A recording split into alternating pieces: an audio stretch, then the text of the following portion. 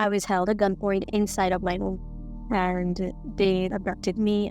I was handcuffed to a bed and wearing a mask, so I saw no light for 14 days. I was tortured, I was beaten, I was starved. It was horrific. I was literally awaiting my death, right?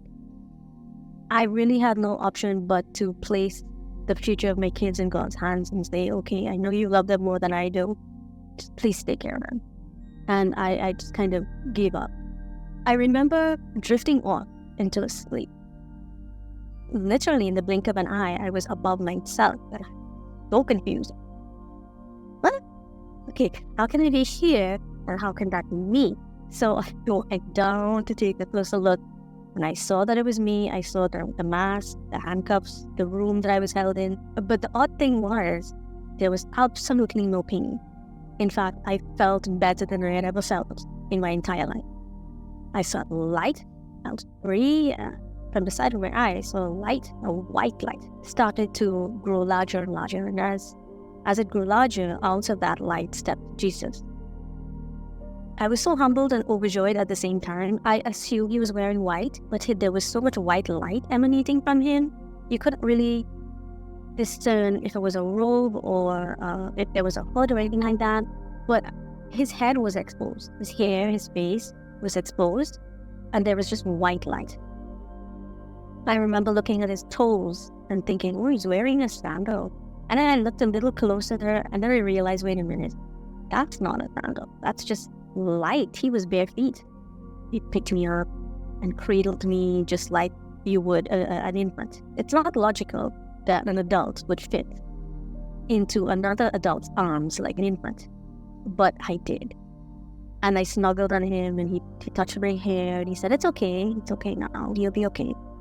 No more pain, no more suffering, you can rest. Cannot explain what a comfort that was to me. Rest that. And when I awakened, we were walking on the beaches of heaven. I just marveled at everything, just like a little baby would.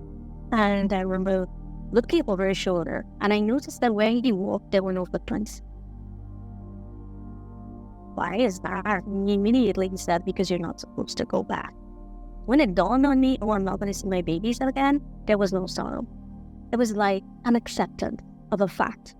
And this is one of the things he said to me. It's an impossibility to feel sorrow or fear or shame or guilt or any negative emotion in that realm. And he put me on the sand, and just like a little baby for the first time on the beach, wiggling my toes in, digging my feet in. When I stooped down, I held the grains of the sand. They were crystal. They were actual crystals. But they didn't hurt my feet. It was very, very soft. And he held my hand, and we walked along the beach, and I observed the water. But oddly enough, as he stepped, the movement of the water would stop. And it was strange, because how could there not be at least a little ripple in the water? So I'm questioning, logically in my head, and responding to me, and he says, that's because everything was standstill in my presence. And when we passed by, then there would be a little ripple after. It was just so awesome. Indescribable. The green and the trees nearby was like nothing I've ever seen. The sky, well, there was no sky. Just light everywhere. No blue, no clouds. So in my mind, I'm asking, so where's the light coming from? Because there was no sun. And his response was, the light you see is the light of God.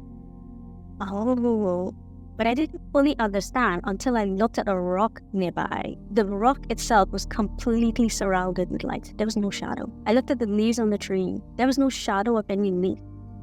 And it was then I observed the light of God is just everywhere all at once. When we got to the end of the beach, there was an even more brilliant white light.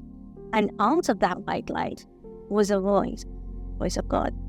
He said, so Debbie, you do want to go back for your kids. And I almost felt embarrassed, but I could not. There was this inability to be embarrassed because I know there would be no judgment. I said, yes, and really, they need me. I need to go back if I can. And then he said, okay, you can go back to your children, But this is what you must continue to do for me on earth. And he showed me what the book would look like, bare feet. I saw the cover design. And believe me, I've had many suggestions. Oh, let's change this to that. And I said, no. If it means the book sells less, no problem. This is what God wants. This is what I'm going to do.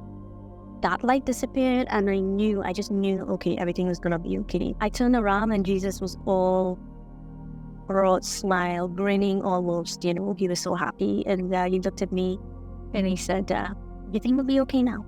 You'll see. He placed his hand on my head, and there was this warmth that permeated every strand of hair down to the soles of my feet. And at that point, it occurred to me, he's removing every illness from me.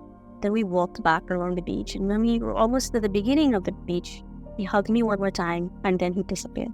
So I took 2 steps forward, and there on my left side and my right side were saints. They were all wearing white robes, but their heads were covered. I'm not sure if I was not permitted to see what their faces looked like, but their heads were all bowed with the hood over. On my left shoulder was Archangel Michael, who I grew up not knowing anything about. And on my right shoulder was Archangel Gabriel. The angels, white light with the wings. People have this opinion that white and floating and order, for lack of a better phrase, they are bad. They're in excess of 9 feet tall. Archangel Michael with his sword. They are like soldiers. They are not scary feathery. They are there for business. Mother Mary, however, was wearing a light brown tunic. Her hair was covered, but you could see her face. The saints bowed their heads to pray for me, and Mother Mary, the only one that turned, lifted her face and looked at me, and she smiled, a mother's smile, and she said to me, God always answers the prayer of a mother.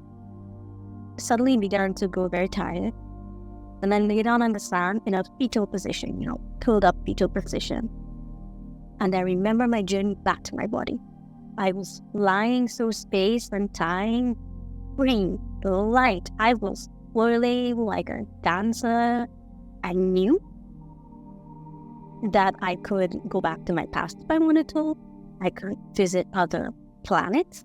Oh man, that was unreal and awesome. And there was, unfortunately, annoying that I had to go back to my body. And I remember that gasp. Suddenly, this body felt so much worse. When you've experienced that freedom, that life, what's really real, and then you come back to this, it can be so depressing. I long for home. This is not home, people. This is a camping trip compared to what awaits us. When I returned to my body, I was calm because I knew it would be okay. There was no more fear. I spent 12 days waiting to die, not knowing in what manner I would be killed. And of course, imagining the worst possible ways. But there I was, after this experience, absolutely calm and smiling. I had no clue how it was going to happen, when it was going to happen, but I knew it would be okay. 2 nights later, they accepted the proposal to try one more drop of the ransom money, and that was successful, and I was home. God's message to the world was, I see all, I hear all, I know all that happens in the darkness and the light, and I saved.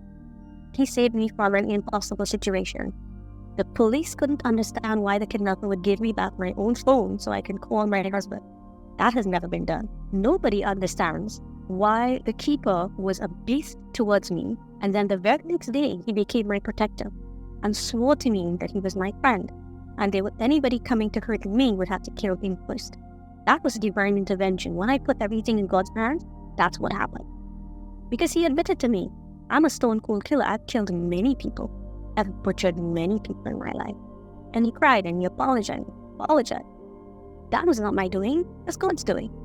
When I went to the hospital after I was released, the doctors told me, point blank, Debbie, most likely you would have contracted HIV from one of these.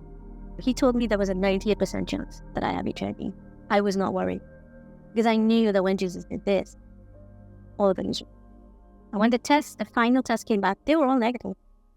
The doctor was baffled. He was confused. No STD, no HIV, nothing. So take comfort. Please take comfort. That is not to be feared. We don't die. But we leave our meat behind and we continue to live. So that is not something to be feared. In fact, I look forward to it. When my time is come, oh my gosh, I will be thrilled. Going home. That's the excitement.